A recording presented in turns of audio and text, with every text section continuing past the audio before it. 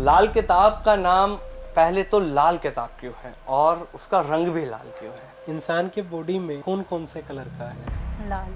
उसका रंग लाल क्यों है? लाल किताब है ज्योतिष निराली, जो सोई किस्मत जगा देती है, फरमान पक्का देख करके आखिरी, जो दो लफ्जी जहमत हटा देती है। जी भैया लाल किताब है, देख लेना, पलट देगी तुम्हें। लाल किताब को पूरा ब्रीफ किया जाए तो ये संस्कारों पे आपको चलना सिखाती है। एक तो कोई भी उपाय होगा सूर्य उदय के बाद, सूर्यास्त से पहले। दूसरा नियम लागू होगा, बारिश में नया उपाय ना किया जाए।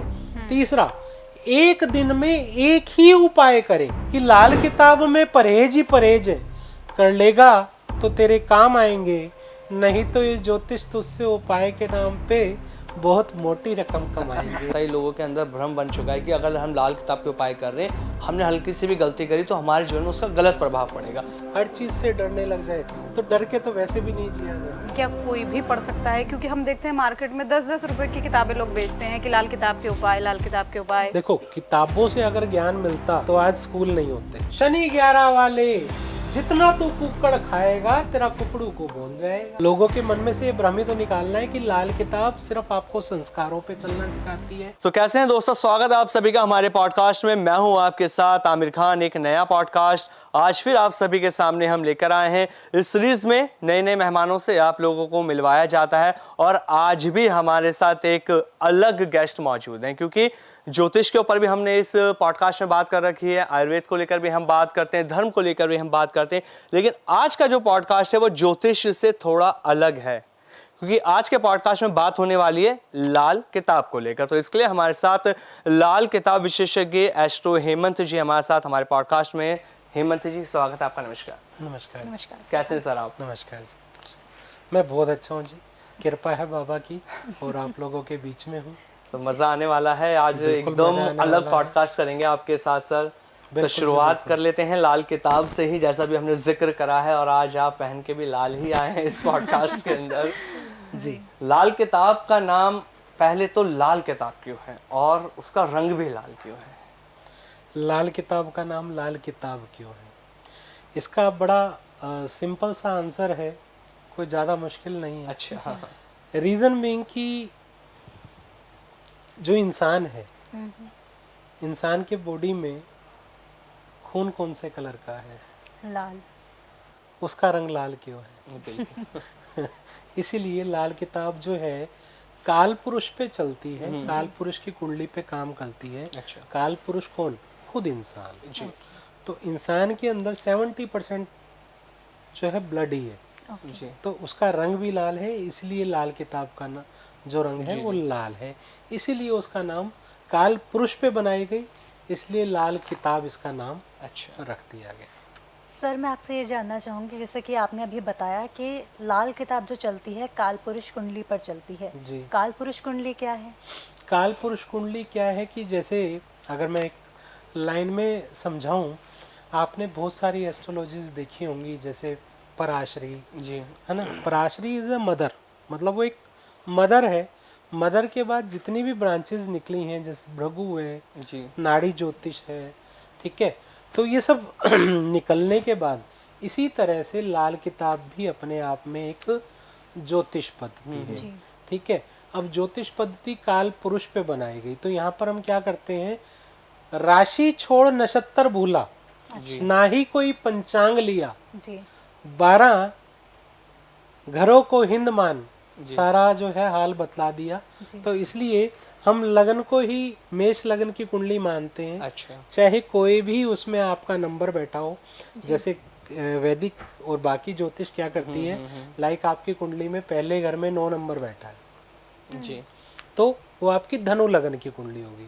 हमारे लिए कोई फर्क नहीं पड़ता आपकी धनु हो मीन हो, हम मेष से ही आपकी सारी प्रिडिक्शन करते हैं। जी। तो ये काल पुरुष की कुंडली में मेष लगन को ही लगन बोला गया है, इसलिए उसे काल पुरुष कुंडली बोला गया। तो लोगों के लिए कंफ्यूजन नहीं होता? कुछ लोग नंबर के हिसाब से बताते हैं, देखो, कुछ लोग। आपकी बात बिल्कुल सही है, लोगों को कंफ्यूजन होता है, ठीक है। अब मेरे पास एग्जाम्पल के तौर पे कोई क्लाइंट आ रहा है इस चीज़ को लेकर, तो मैं बताऊंगा तो उसको उसी के तरीके से, बट ये हमारी गणना करने के लिए हम उसको मेष ही लेके चलेंगे। हम जिस भाव में, मतलब जिस हाउस में जो ग्रह बैठा है हम उसके अकॉर्डिंग प्रिडिक्शन करेंगे। लाल किताब बड़ी प्यारी किताब है और सही बोलूँ तो इस मायने में बोलूँ कि इंसान को बहुत ही बारीकी से बहुत आसानी से समझ आने वाली किताब है। तो एक लेमैन भी ना बड़े कहते ना एक आम इंसान भी इसको बड़े आसानी से समझ सकता है। लेकिन लाल किताब का जैसे ही हम जिक्र सुनते हैं, लाल किताब सुनते ही ऐसा मन में आता है टोना टोटका, कुछ अजीब, कुछ भयभीत तरीका का। मैंने जब पहली बार लाल किताब अच्छा सुना ये तो बताओ मुझे ऐसा फील टोना आया। टोटका होता क्या है? चलो आप ही लोगों से पूछता हूँ, टोना टोटका क्या, किसको मानते हैं टोना टोटका? किसी के ऊपर कुछ कर देना, हाँ, किसी तरीके की कोई जादुई प्रक्रिया कर देना, कोई इसको ऊपरी आप चीज़। टोना टोटका मानते हैं? हाँ, किसी तरीके टोना का मैं हरकत। समझ सकता हूँ बट टोटका ये उर्दू वर्ड है, अच्छा ठीक है। और पुराने जमाने में कोई भी उपाय किया जाता था हमारे बुजुर्ग उसको टोटका बोलते थे, अच्छा ठीक है। जी दैट इज ए पॉइंट। तो टोटका बोल दिया जाता था बट ये एक उपाय है, ठीक है। अभी जैसे आप पूछ रहे थे कि लाल किताब है क्या, जी भाई लाल किताब क्यों आई मार्केट में, है ना। तो उसका एक मेन सिंपल सा आंसर अगर मैं आपको बताऊं, हम अपने संस्कारों को भूल चुके हैं, जी ठीक है ना। और इसको छोटी ही लाइन में, एक लाइन में क्लियर करना चाहूँ बिल्कुल। तो एक लाइन में बोलना चाहूँगा, कहते हैं क्या, लाल किताब है ज्योतिष निराली, जो सोई किस्मत जगा देती है, फरमान पक्का देख करके आखिरी, जो दो लफ्जी जहमत हटा देती है, ठीक है।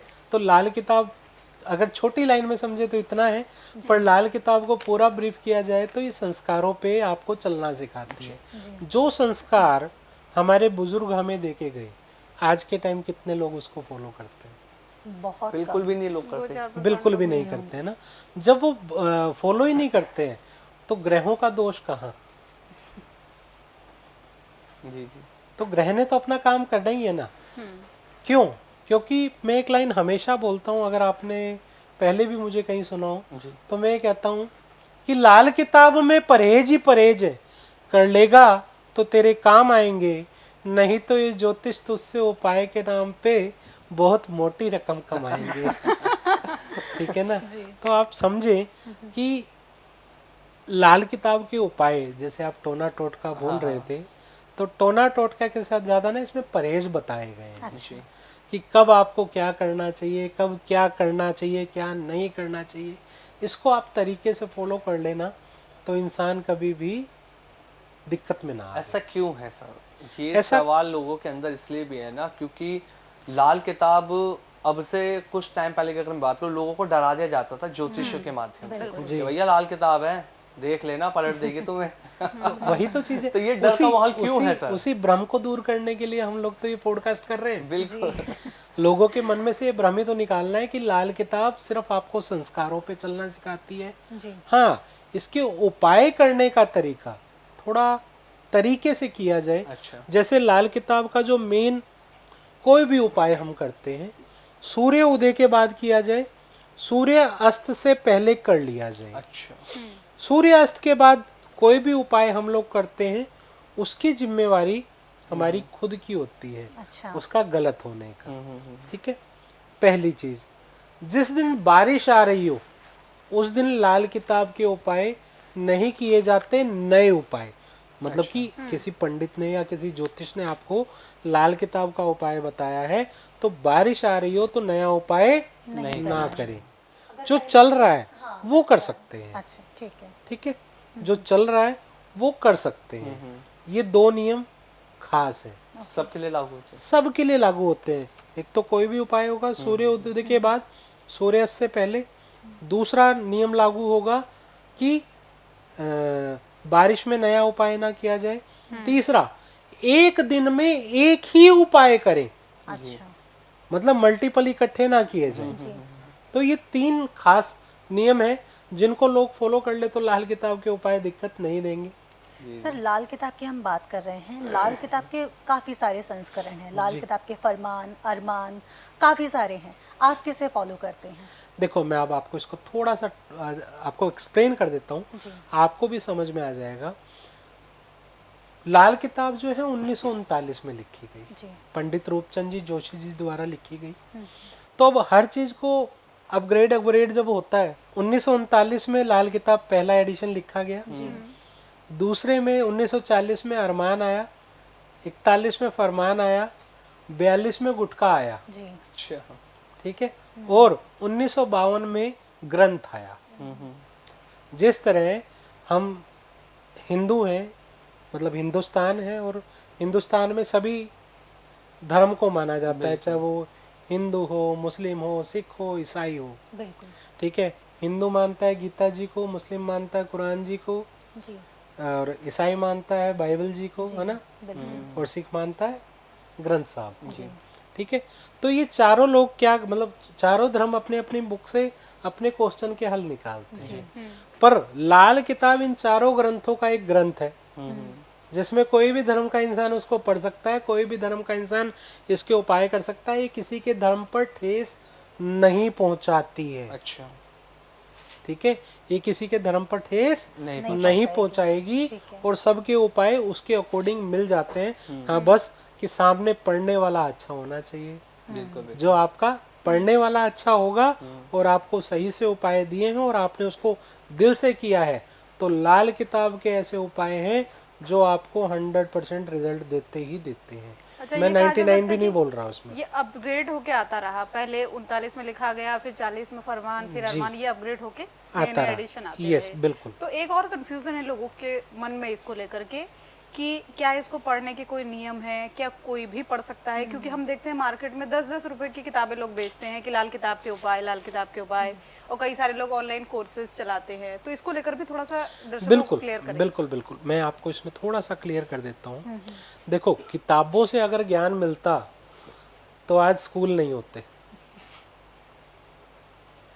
जब मैं आप लाल किताब की इतनी बहुत डीप में बात कर ही रहे हैं, तो लाल किताब ना 4 लैंग्वेज का मिश्रण है, जिसमें हिंदी, पंजाबी, उर्दू और फारसी, ठीक है, 4 लैंग्वेज का मिश्रण है।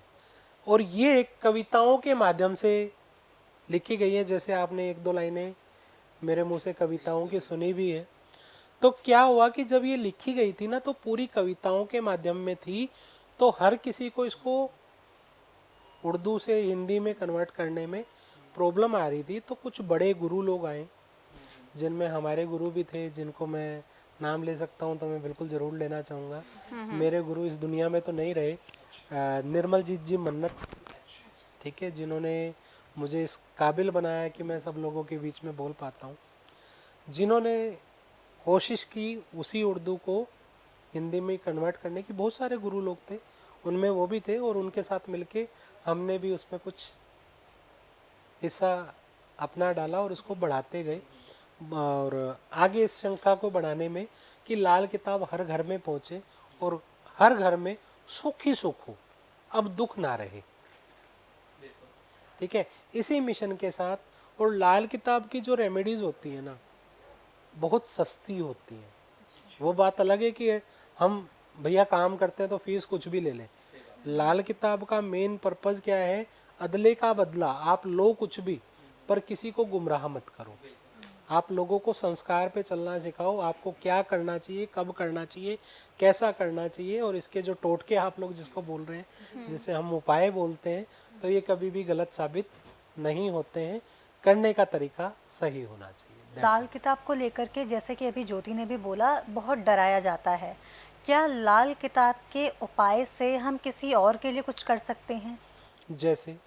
जैसे कि लोग टोना टोटका करते हैं, हाँ। दूसरे के लिए, दूसरे की तरक्की में अवरुद्ध डालने के लिए। Definitely. क्या लोग इस तरह से कुछ कर सकते हैं? अगर ऐसा करते हैं, क्योंकि लाल किताब को न्यायप्रिय माना जाता है कि बिल्कुल न्यायप्रिय रहती है, बिल्कुल। तो अगर कोई किसी के लिए उल्टा करता है तो उन पर उल्टा नहीं कर पड़ेगा? सकता।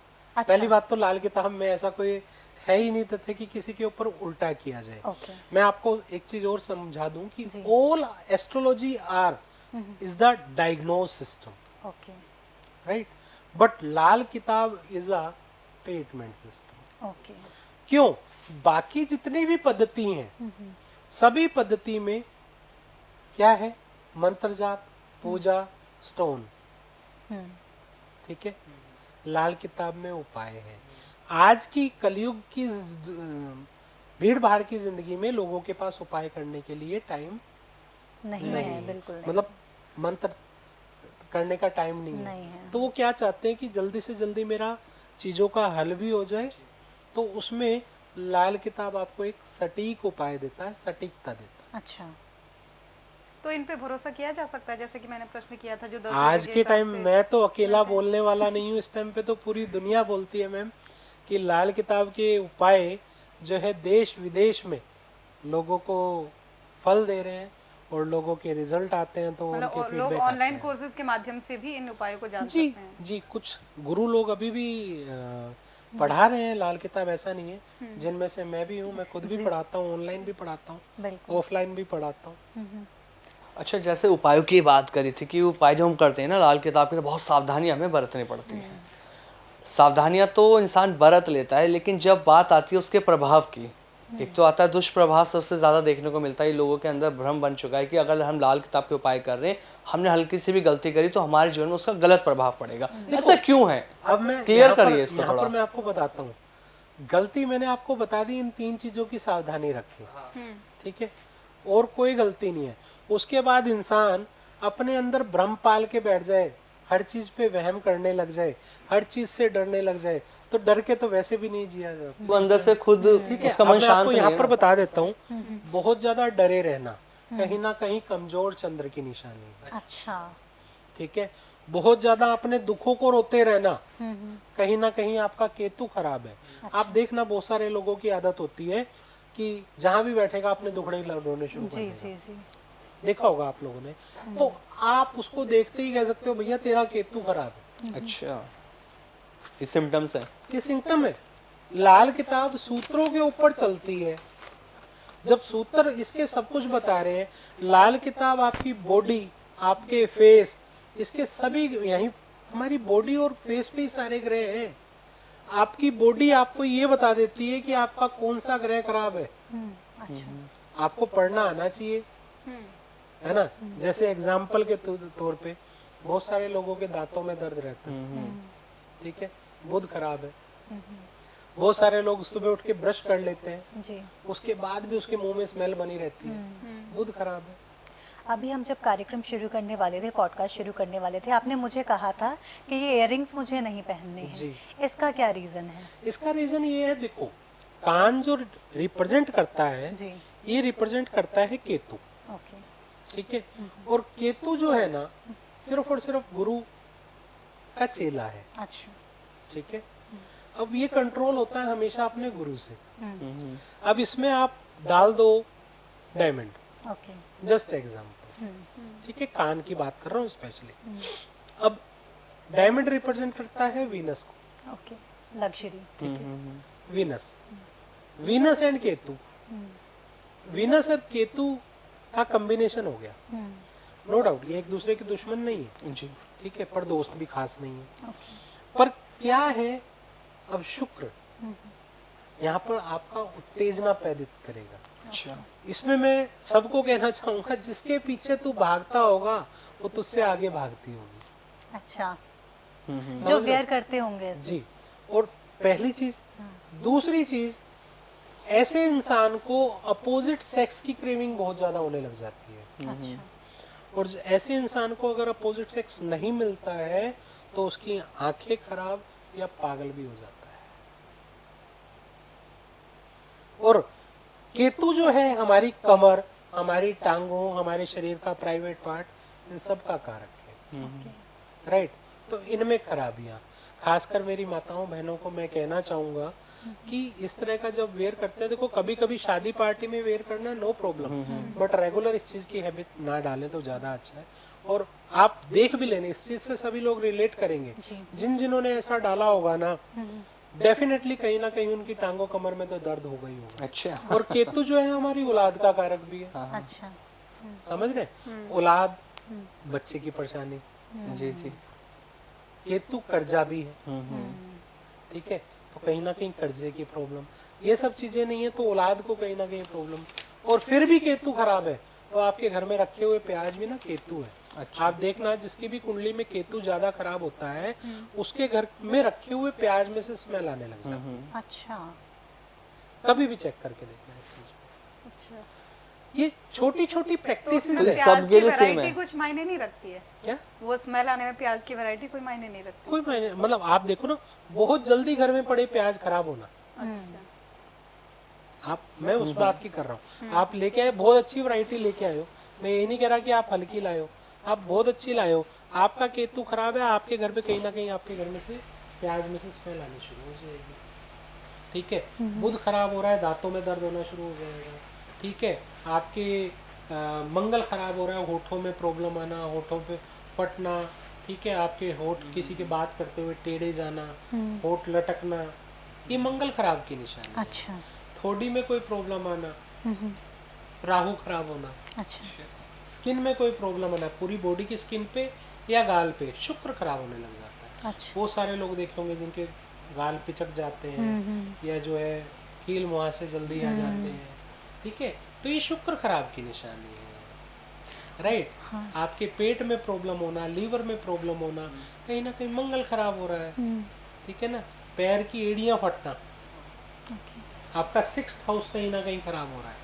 आपके पूरे हाउसेस और आपके पूरे ग्रह, आपकी बॉडी आपको पूरा सिम्टम देती है। तो 6th हाउस है क्या, ये रिलेट कैसे करेगा 6th लाइफ हाउस से? रोगड़न शत्रु, अच्छा, मतलब पैर की एड़ियां फट रही हैं। हाँ किसी का केतु 6th हाउस में हो, हाँ, उसकी पैर की एड़ियां जल्दी फटती हैं। और केतु जो है नान का परिवार भी है, नान के परिवार के हालात भी खराब होते हैं, मामू के हालात खराब मिलेंगे। अच्छा मतलब कुंडली आपकी है, रिलेट कहाँ, नान के तक पहुंच गए। जी इवन लाल किताब तो आपको इस तरह से बता सकती है कि आपकी कुंडली आपके पड़ोसी के क्या हाल है। अच्छा लाल किताब के अकॉर्डिंग।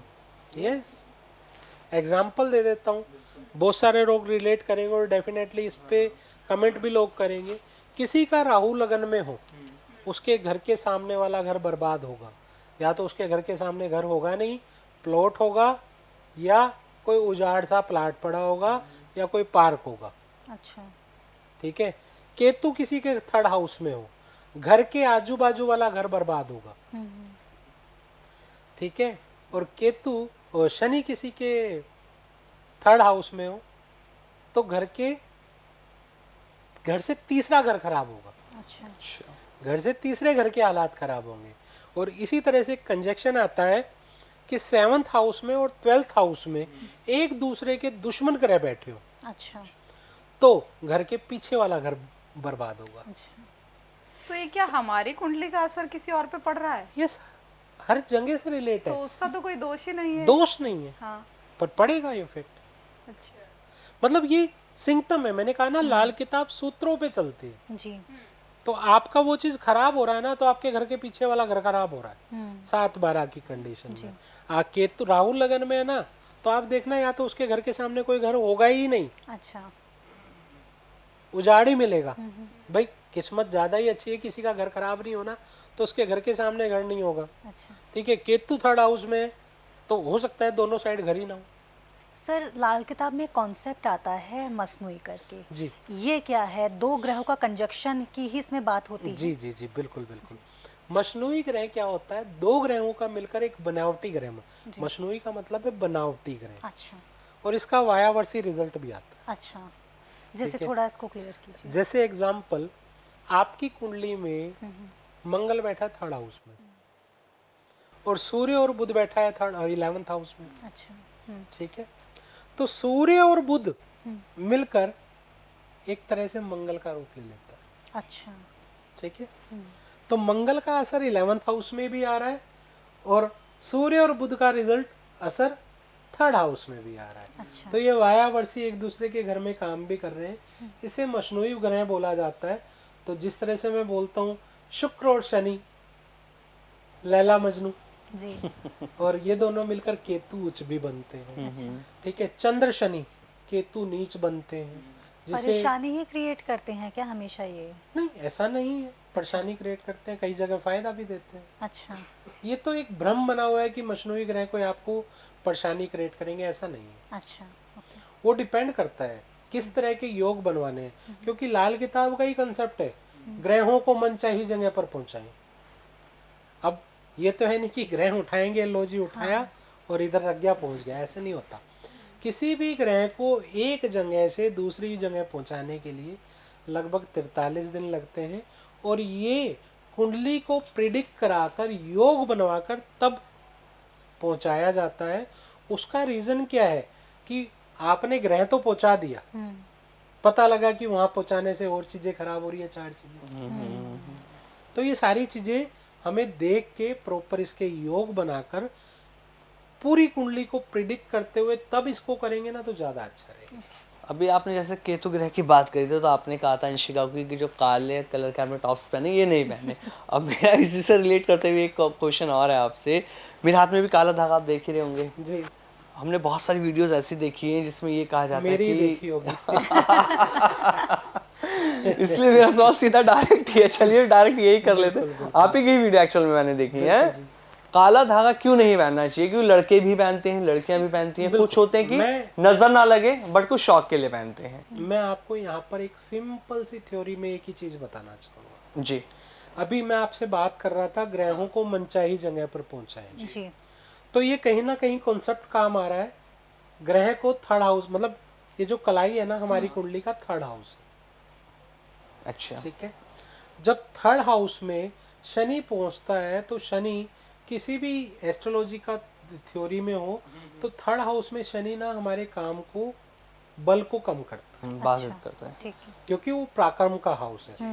और कहते हैं कि शनि के घर मंगल बैठा हो तो कोई दिक्कत नहीं है, मंगल प्रबल होगा, पर मंगल के घर में शनि आ गया तो उसके पराक्रम को गिराएगा, उसकी इनकम को गिराएगा, ओके, राइट।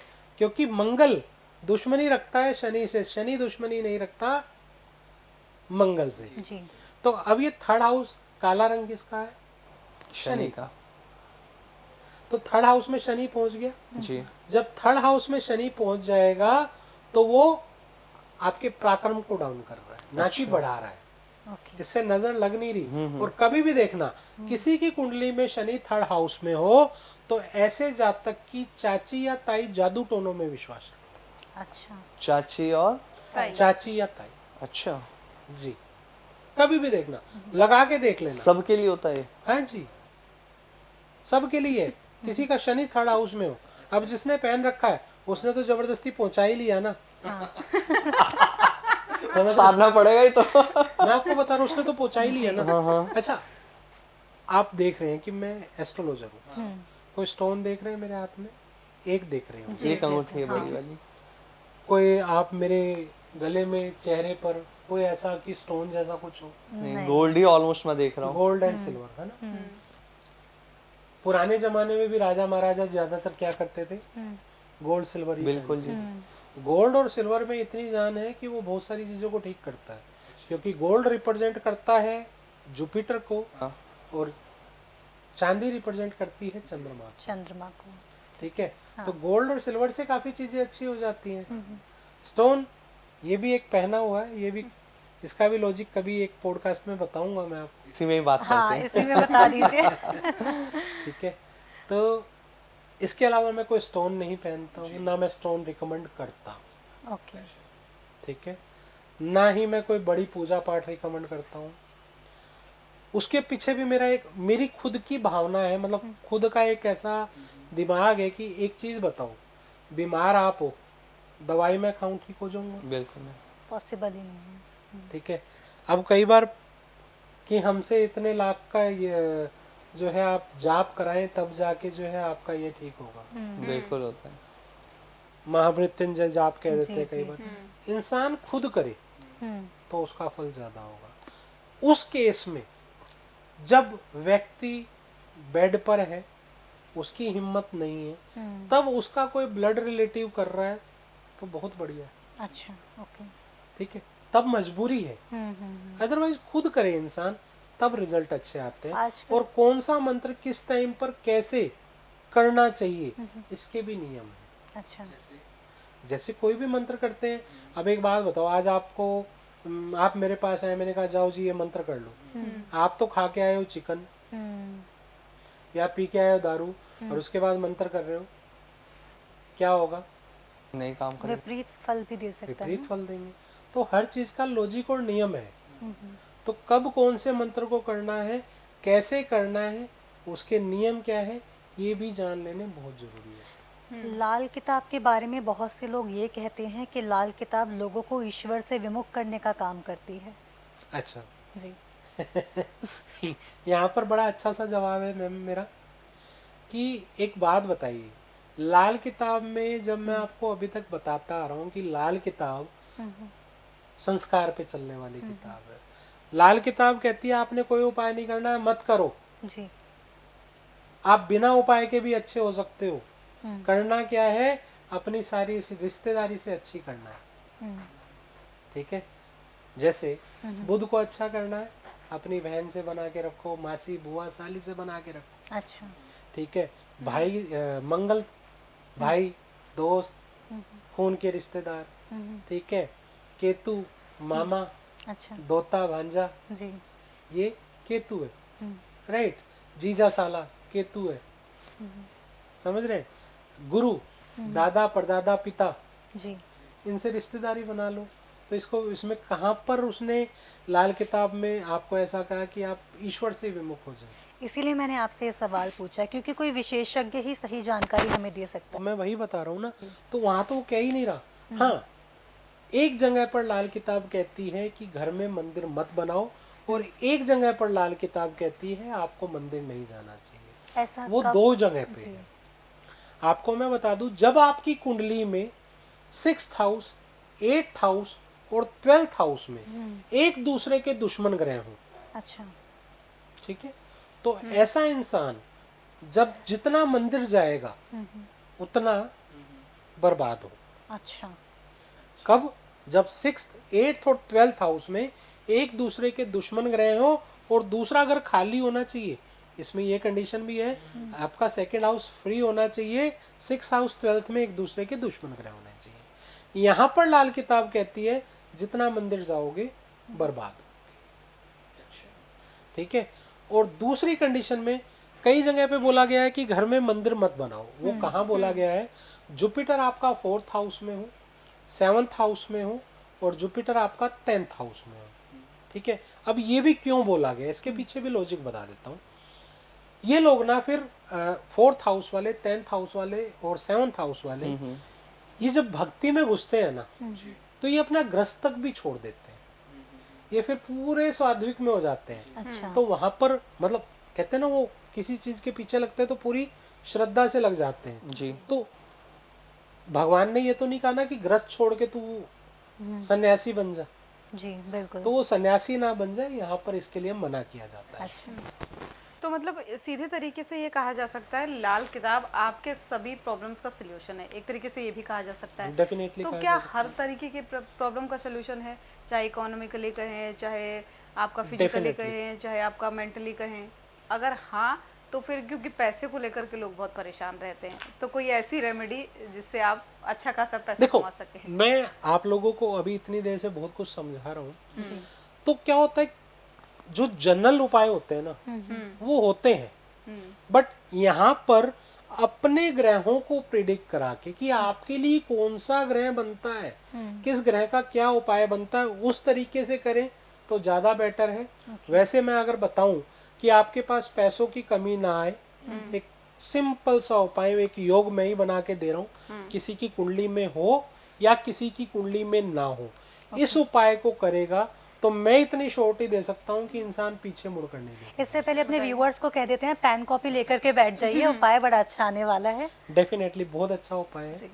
करना क्या है, एक ना तांबे का लोटा लेना है। जी ठीक है, तांबे के लोटे पर चंदन का लेप कर लेंगे बाहर से, जी उसमें आधे चने की दाल और आधे चावल ओके एवरी थर्सडे 43 थर्सडे मतलब 43 बृहस्पतिवार मंदिर में रख के आना है या पुजारी जी के हाथ में पकड़ा के आना है। अच्छा ठीक है, ठीक है।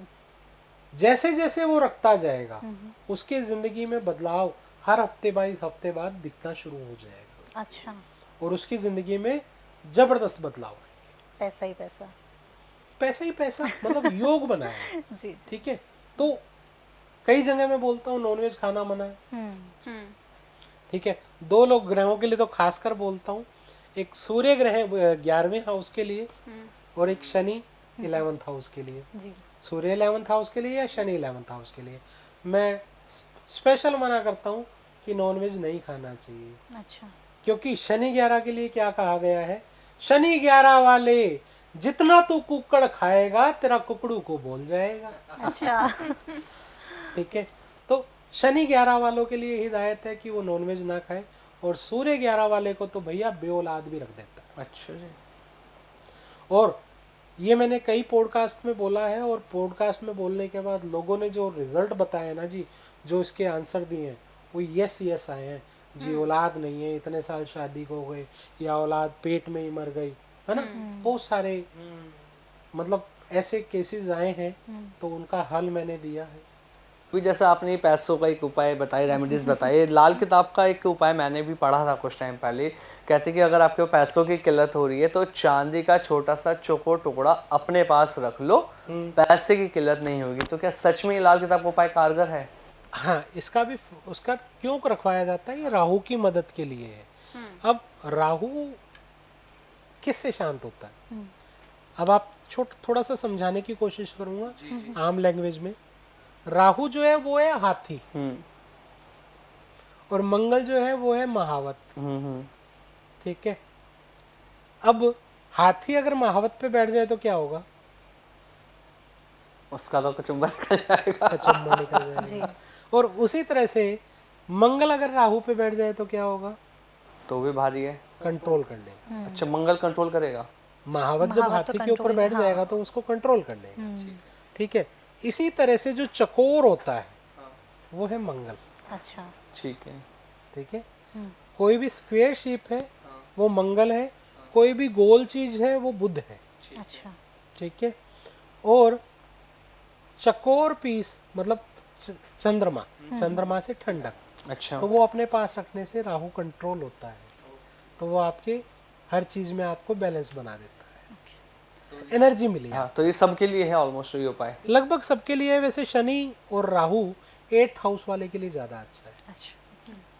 एक काउंटर क्वेश्चन मुझे करना था थोड़ी देर पहले, जब आपने कहा था कि आपका ग्रह खराब, उसका प्रभाव आपके पड़ोसी पर दिखेगा।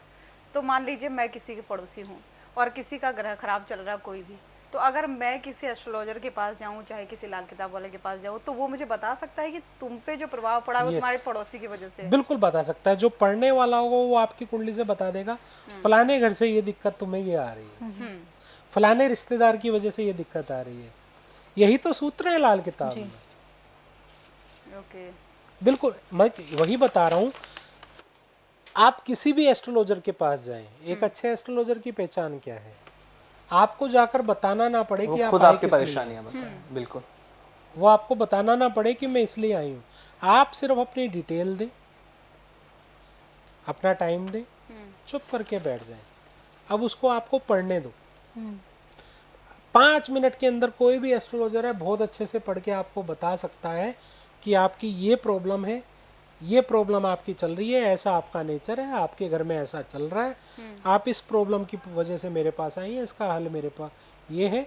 उसके बाद मैं पूछता हूँ जी बताओ आपको और क्या जानना है। जो हमारी हस्तरेखाएं होती हैं वो हमारे जीवन के बारे में सब कुछ बताती हैं। बहुत से लोग ऐसे होते हैं जिनके पास अपनी डेट ऑफ बर्थ नहीं होती, से डिटेल नहीं होती, तो उनकी कुंडली नहीं बन पाती, ना ही वो अपने बारे में जान पाते हैं।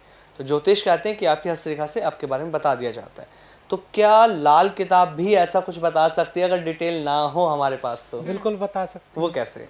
वो कैसे, क्योंकि जो लाल किताब वाले एस्ट्रोलॉजर हैं वो इस चीज़ को अच्छे से जानते हैं अच्छा, कि हस्तरेखा सामुद्रिक विद्या, बिल्कुल, लाल किताब अपनी विद्या, जी।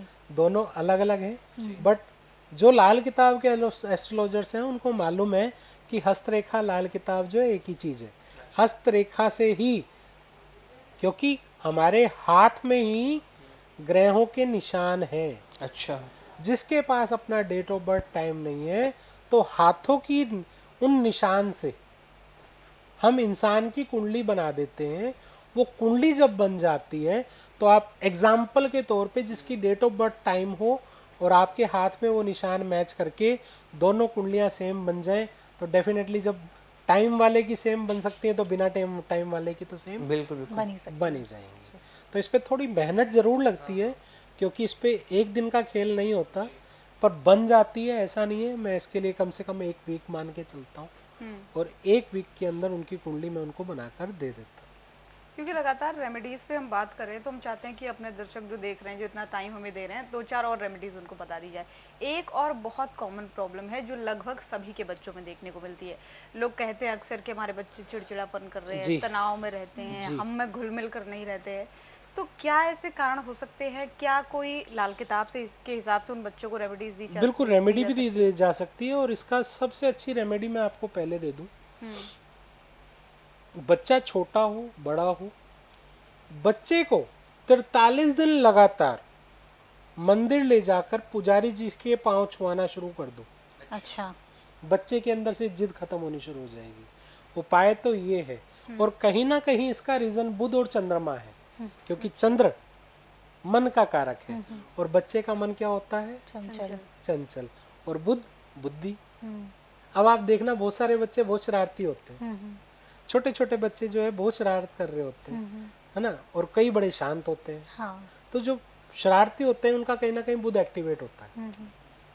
तो उससे क्या है, धर्म स्थान पर पहुंचने से, अब मैं जहाँ पर मंदिर बोल रहा हूँ वहाँ पर हम धर्म स्थान ले लेते हैं।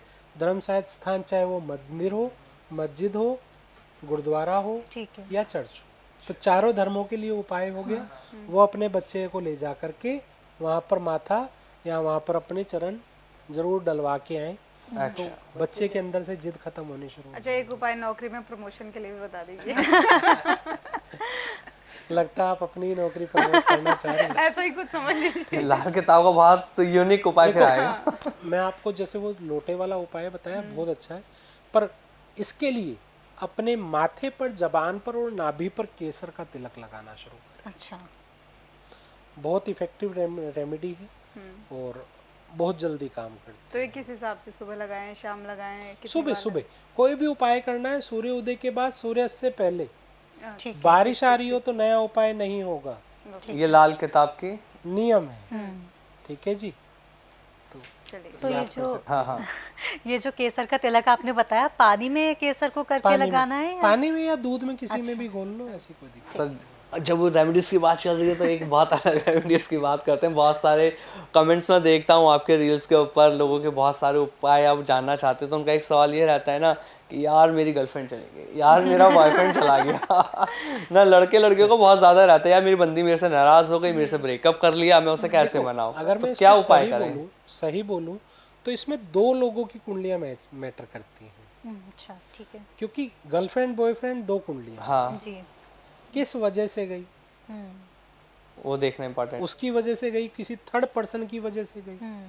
पर इसके लिए सबसे अच्छा उपाय ये है, अपने आप को सजा धजा के रखो, अपने नोज की टिप्स पे यहाँ चंदन का इत्र लगाओ चंदन का इत्र कि वापस तो पता नहीं आएगी कि नहीं आएगी, क्योंकि दोनों की कुंडली मैच करती है, पर आपका अगला रिलेशन सही रहेगा। और इसके लिए बहुत सारे लॉजिक भी बनते हैं। अब कोई इंसान बहुत ज्यादा ओवर पॉजेसिव है, हाँ कब, क्यों, कहाँ, कैसे, किस लिए, आज के टाइम कोई भी लड़की इस चीज को बर्दाश्त नहीं करेगी, हाँ हाँ या कोई लड़की कर रही होगी तो लड़का भी बर्दाश्त नहीं करेगा, तो रिलेशन टूटना तो लाजमी है। जी। तो एक्स्ट्रा मैरिटल अफेयर वालों के लिए भी ये नियम काम करेगा? क्योंकि बहुत सारे केसेस आते हैं आजकल। तो एक्स्ट्रा मैरिटल वालों के लिए क्यों हुआ, खासकर मैं आपको बता देता हूँ। जब कुंडली में शुक्र 3rd हाउस में हो, वैसे तो ऐसे इंसान का मन मचलता नहीं है, अच्छा, अगर मचलता है ना तो काम वाली के साथ चक्कर जरूर चलता है। ठीक है, और वो घर में पकड़ा भी जाता है और पिटता भी है। अच्छा। ठीक है ना, तो ऐसे इंसान को थोड़ा सा संभल कर चलना चाहिए, है ना। जैसे कि और बहुत सारे योग बनते हैं जी। मतलब एक एक योग को बताना शुरू करूँ ना तो आप ये मानो कि एक एक योग में मेरा 1-1 घंटा लग जाएगा बिल्कुल जी। कि मैं अलग अलग योग को किस तरह से मैं, क्योंकि ग्रहों के साथ और ग्रह भी मैच होते हैं। अब शुक्र राहु है, अब शुक्र राहु एक्स्ट्रा मैरिटल अफेयर कराएगा ही कराएगा। ठीक है, शुक्र के साथ 2 नर ग्रह बैठ जाए 100% एक्स्ट्रा मैरिटल अफेयर होगा। अच्छा, किसी का सूर्य 2nd हाउस में मल्टीपल रिलेशन बनवाएगा ही बनाएगा।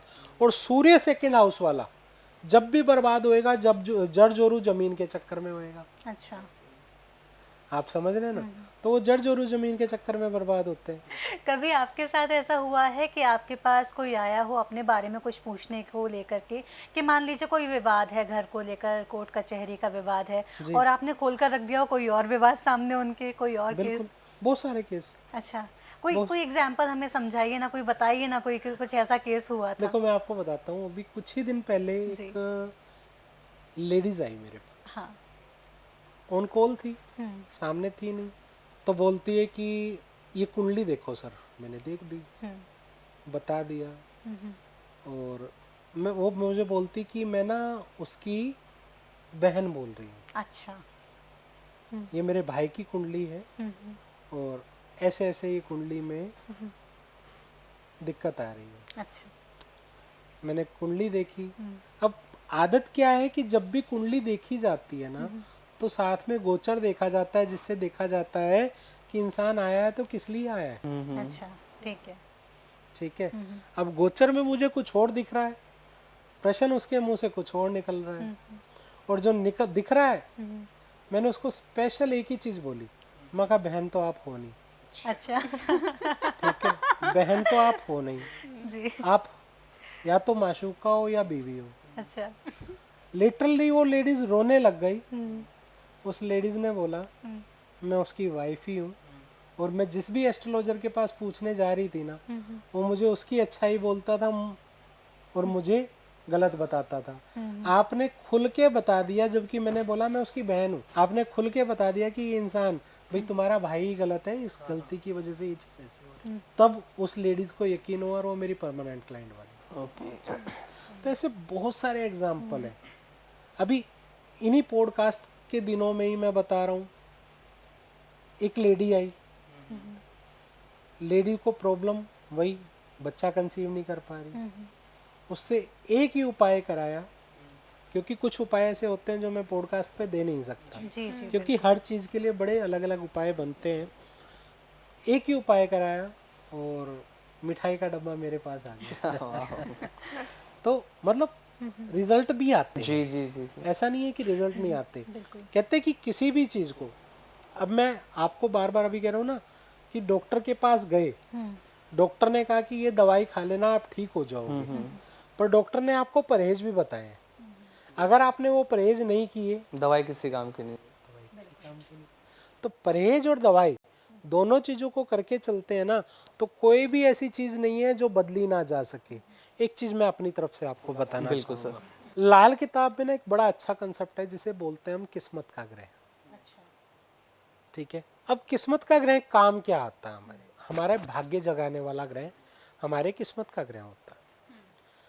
एग्जाम्पल के तौर पे आप मास मीडिया में, ठीक है, तो कहीं ना कहीं आपका राहु प्रबल है, हो सकता है आपका राहु थर्ड हाउस में हो और आपकी किस्मत का ग्रह भी राहु बन रहा हो, तो आप उस लाइन में दिन पर दिन तरक्की करते जाओ।